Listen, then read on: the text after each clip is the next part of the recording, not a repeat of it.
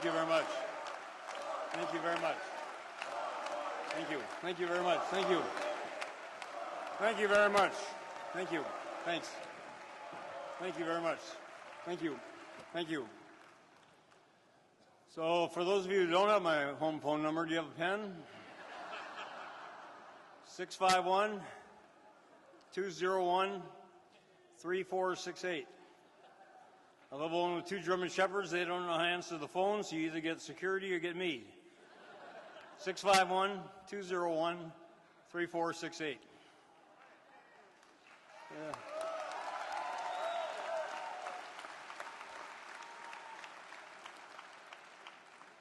It was 38 years ago, right here in Duluth, that I attended my first DFL convention.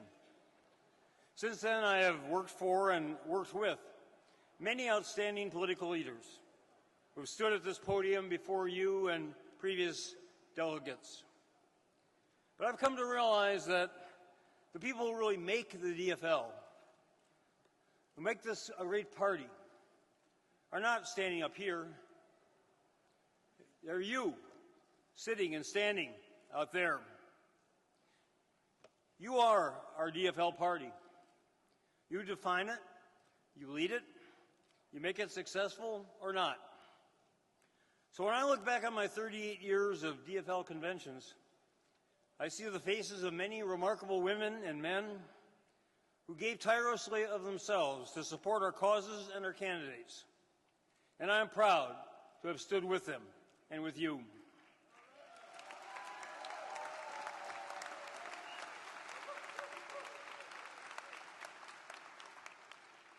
We, the Minnesota DFL, are the party of Norm Larson, a farmer in Nobles County, who believed, as I believe, that farmers deserve to earn above parity prices for their production and that the health of our entire state depends upon a healthy farm economy.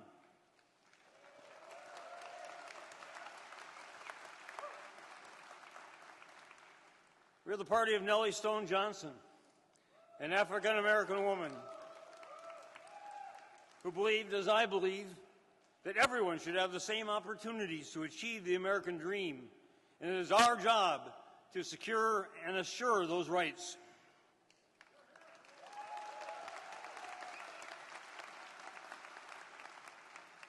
We're the party of Bert Henningsen, a gay man from Ortonville, who believed in, as I believe, in the divine perfection of every human creation, and that each one of us is entitled to the same constitutional guarantees, including the right to marry the person we love.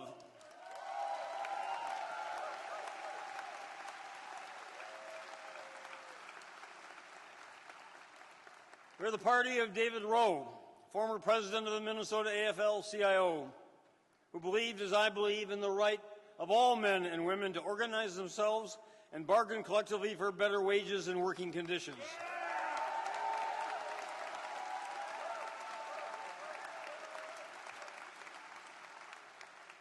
We're the party of Michael Arlington, an activist confined to a wheelchair, who believed, as I believe, that access is for everyone.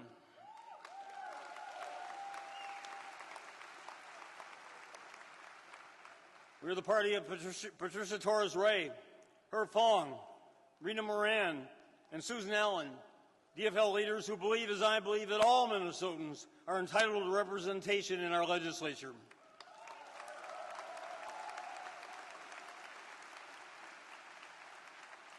And we are the party of Paul David Wellstone, a great DFL activist who became an even greater United States Senator, who believed, as I believe, that the purpose of government is to help the helpless, to protect the unprotected, and to ensure social and economic justice for all Americans.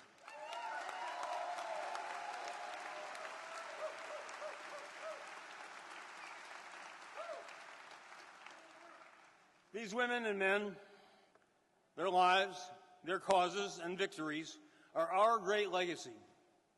We stand upon their shoulders and others like them as we build our party even stronger and better able to serve the people of Minnesota. This is a great time to be a Democrat in Minnesota.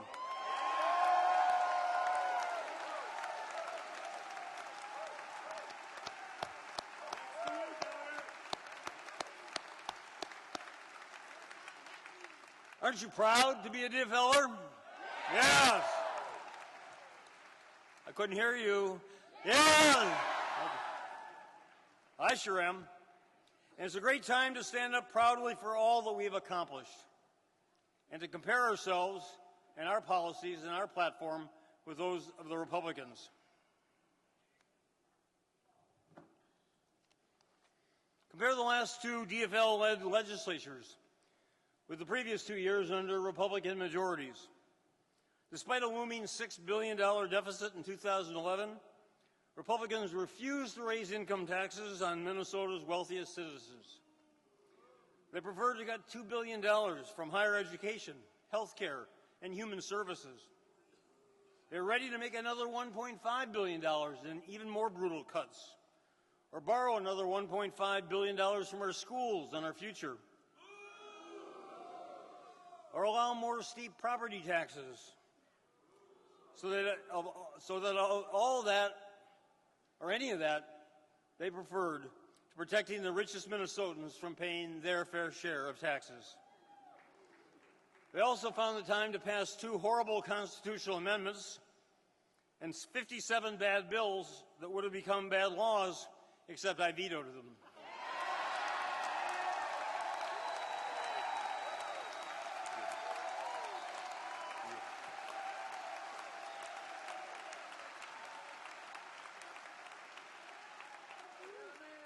Well, with your support, we survived those 2 years. Then, thanks to your hard work, we won tremendous DFL victories in 2012. So next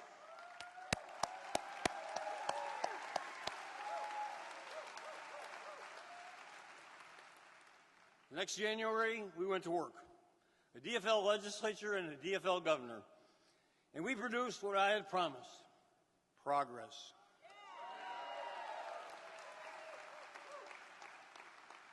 In the past 17 months, we have enacted early childhood education, all-day kindergarten, 2-year tuition freezes at the Minskew and University of Minnesota campuses,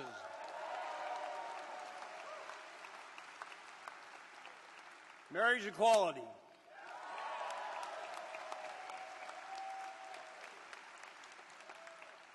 a $9.50 minimum wage indexed to inflation,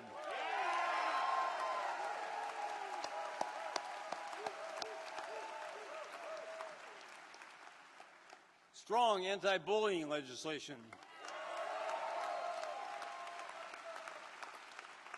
high income taxes on the wealthiest 2%, statewide property tax relief, landmark renewable energy legislation, elimination of the entire $2.8 billion school debt,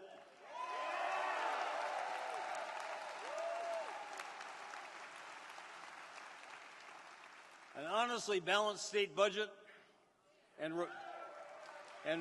Republican deficits turned into DFL surpluses.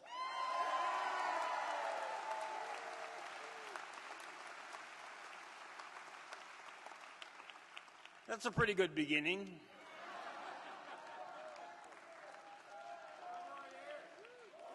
Thank you. Thank you. Thank you. Thanks. Thank you.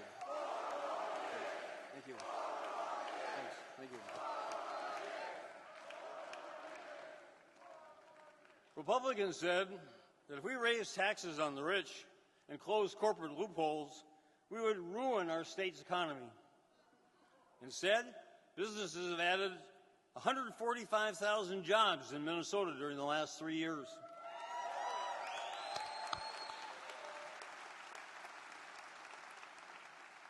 We have more jobs in Minnesota now than ever before. We have the 5th best GDP growth among the states in 2012.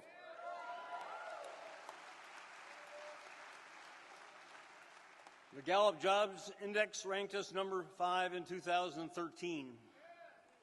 And Forbes magazine said we have the 8th best business climate.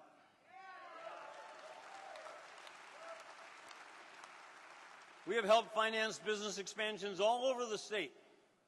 Mayo Clinic in Rochester, AGCO in Laverne, New Flyer in St. Cloud, Magnetation in Virginia, 3M in Oakdale, Hormel Institute in Austin, Segatis in Hoyt Lakes, Price Mechanical in Maple Grove, Access Clinical in Dilworth, Shutterfly in Shakopee, AAR Corporation in Duluth, Toro in Bloomington, Baxter in Brooklyn Park, WFSI in Sauk Rapids, and 3M in Maplewood, to mention just a few.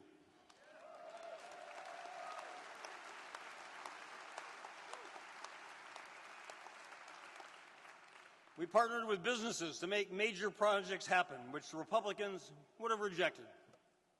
The football stadium in Minneapolis was controversial, yes, but some 7,500 Minnesotans are going to have jobs building it over the next couple of years.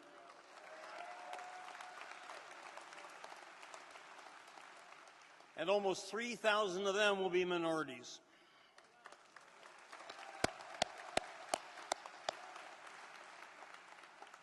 Another 1,000 construction workers will build the office, retail, and residential complex right next to the stadium, where over 5,000 people will work and hundreds more will live. Those projects will revive a declining part of downtown Minneapolis.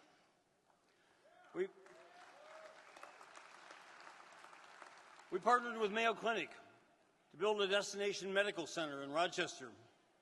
Without immediate and enthusiastic state support, that incredible project would likely be underway somewhere else. It will bring some 30,000 new jobs to Minnesota over the next decade and further enhance Mayo's world medical preeminence.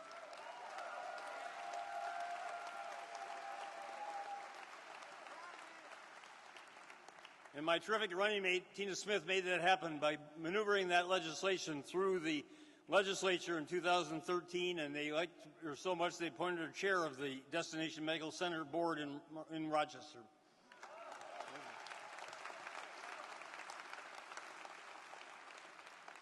I guess you heard the speech before. Our latest bonding bill will bring desperately needed water to Worthington and Laverne in southwestern Minnesota.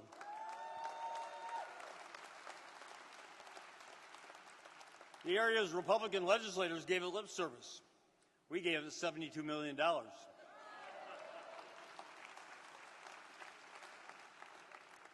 Republicans' problem is that they're against everything. They have a one-word political vocabulary: no. No. But that no means they're against progress. And oh, how it upsets them to see Minnesota getting better.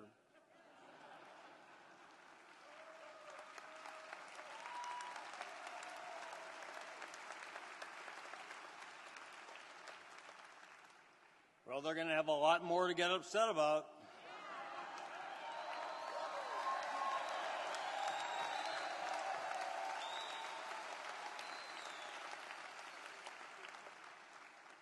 Because we're not only going to keep making Minnesota better, we're going to make Minnesota the best.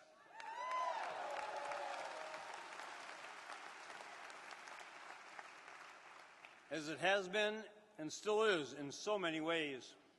We're going to make Minnesota the best place to live, the best place to marry the person you love, we're going to make Minnesota the best place to start a business, grow a business, or go to work for a business. We're going to make Minnesota the best place to go to school, get a world-class education, and develop the skills you need for success.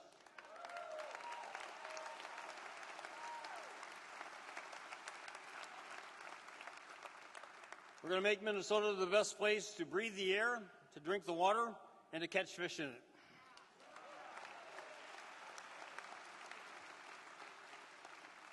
We're going to make all that happen, and so much more, by working all of us together for a better Minnesota.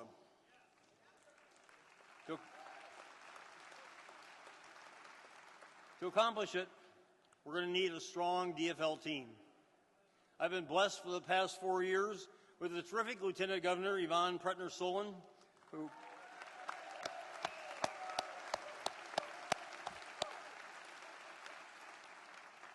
who has capped an outstanding career of service to Duluth by serving our entire state. Minnesota voters willing, I will work for the next 4 years in partnership with another extraordinary woman, Tina Smith.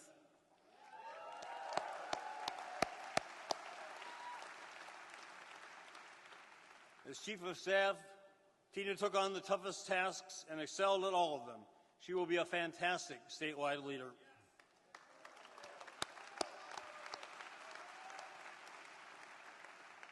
To make Minnesota the best, we need the best possible legislature, and that means a DFL-led House of Representatives to join our DFL Senate.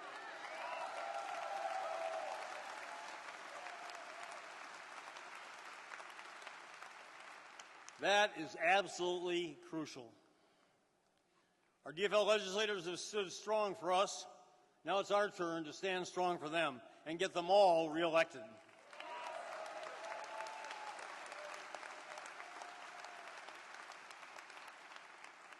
And also reelect our terrific Attorney General, Lori Swanson, State Auditor, Rebecca Otto,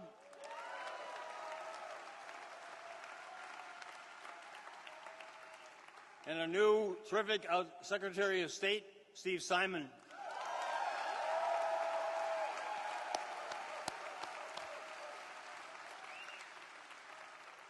Who has big shoes to fill, replacing our outstanding Secretary of State, Mark Ritchie. Is he still here?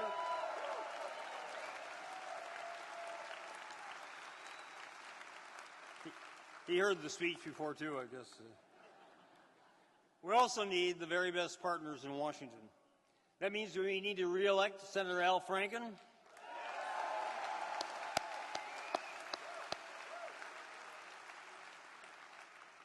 to rejoin our sensational senior senator, Amy Klobuchar,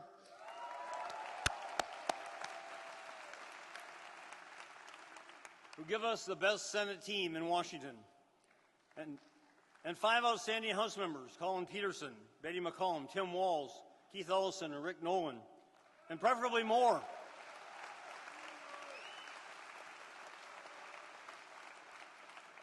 To work together with them. To win them all, to make Minnesota the best, we, all of us, have to give our best. We need to support our terrific DFL chair, Ken Martin.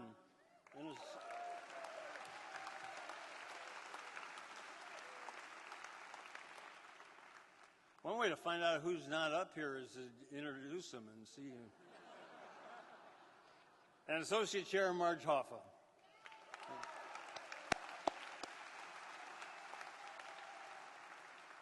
We need to help our congressional district, county, district, and campaign leaders. We need to all pull together to support our entire ticket and lead our DFL party to victory. The people of our country and our world need us to succeed. The people of Minnesota need us to succeed. There can be no regression to Republicans' redressing of the past. There's only moving ahead to even better than before, toward the best it's ever been. And it all depends on us. Thank you very much.